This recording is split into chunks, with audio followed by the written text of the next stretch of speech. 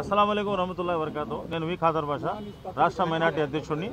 అలాగే నా పక్కన హఫీజ్ ఖాన్ గారు వర్కింగ్ ప్రెసిడెంట్, అలాగే మన డిస్ట్రిక్ట్ ప్రెసిడెంట్ గారు మన మస్తాన్ గారు, అలాగే మన ఎంఎస్సి రూహుల్లా గారు.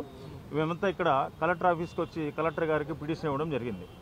ఎందుకంటే ముఖ్యంగా మీకు అంతా తెలుసు, మన జగన్మోహన్ రెడ్డి గారు ఏదైతే చెప్పారో అది చేసి చూపించారు. ఎందుకంటే ముఖ్యంగా ఆ మైనార్టీ సంక్షేమానికి ఏదైతే చెప్పారో జగన్మోహన్ రెడ్డి గారికి కట్టుబడి ఉన్నారు. ముఖ్యంగా జగన్మోహన్ రెడ్డి గారు ఒక మాట అన్నారు, నా యొక్క మేనిఫెస్టో 2 పేజీలదే, ఆ 2 పేజీల మేనిఫెస్టోని నేను ఖురాన్గా, బైబిల్గా, మళ్ళీ వచ్చి నేను భగవద్గీతగా ఆచరిస్తానని చెప్పిన నాయకుడు ఎవరంటే ఇండియాలో ఒకడే ఉన్నాడు, ఆయనే జగన్మోహన్ రెడ్డి గారు అని చెప్పి మీకు అంతా చెప్తున్నా. ముఖ్యంగా ఏదైతే మేనిఫెస్టోలో జగన్మోహన్ రెడ్డి గారు మైనార్టీలకు వాగ్దానం చేశారో ఆ 6 వాగ్దానాన్ని తూచా తప్పకుండా 2 సంవత్సరాలను పూర్తి చేసిన ఘనత కూడా మన జగన్మోహన్ రెడ్డి గారికి కాదని చెప్పి మీకు అంతా చెప్తున్నా. ముఖ్యంగా ఈ కూటమి ప్రభుత్వం ఏదైతే ఉందో మీకంతా తెలుసు, మా యొక్క ముస్లిం సోదరులు నమాజ్ చదవాలంటే ఇమాం మోజన్లే మాకు యొక్క ఫస్ట్ దిక్కు. వాళ్ళు లేకపోతే మా నమాజీ పూర్తి కాదు. అటువంటిది ఇమాం మోజన్లు మన జగన్మోహన్ రెడ్డి గారు ఏదైతే ఉన్నారో ప్రతి 2 నెలలకు ఒకసారి వాళ్ళకి జీతం వేస్తున్నారు.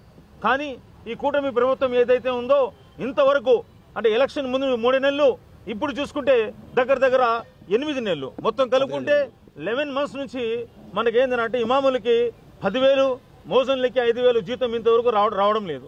కాబట్టి మేమంతా ఆల్ ముస్లిం సోదరులంతా ఇమాములంతా మనకు అప్రోచ్ అయ్యారు. మన ముఖ్యంగా మైనార్టీ వింగ్ని మన అప్రోచ్ అయిన తర్వాత మాకు జీతాలు రావడం లేదు, మాకేదో అరకొర జీతాలు వస్తాయి మీకంతా తెలుసు, కాబట్టి మాకు జీతాలు రావడం లేదు 11 మంత్స్ నుంచి మొరపెట్టుకున్నారు. సరే అని చెప్పి ఇమీడియట్గా స్టేట్ వైడ్గా అంటే ఓన్లీ మన విజయవాడలో కాకుండా మన ఎన్టీఆర్ జిల్లాలో కాకుండా మొత్తం స్టేట్ వైడ్గా ప్రతి ఒక్క డిస్ట్రిక్ట్ కలెక్టర్ని కలవడం జరుగుతూ ఉంది.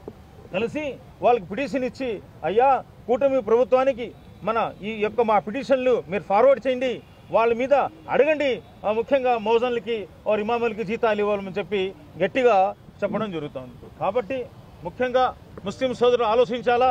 మీరు ఇంకోటి కూడా చెప్పదలుచుకున్నాను, ఏమంటే వక్ఫ్ బిల్లు కూడా జగన్మోహన్ రెడ్డి గారు అగెనిస్ట్గా బిల్లు వేస్తానని అగెనిస్ట్గా వేశారు కూడా.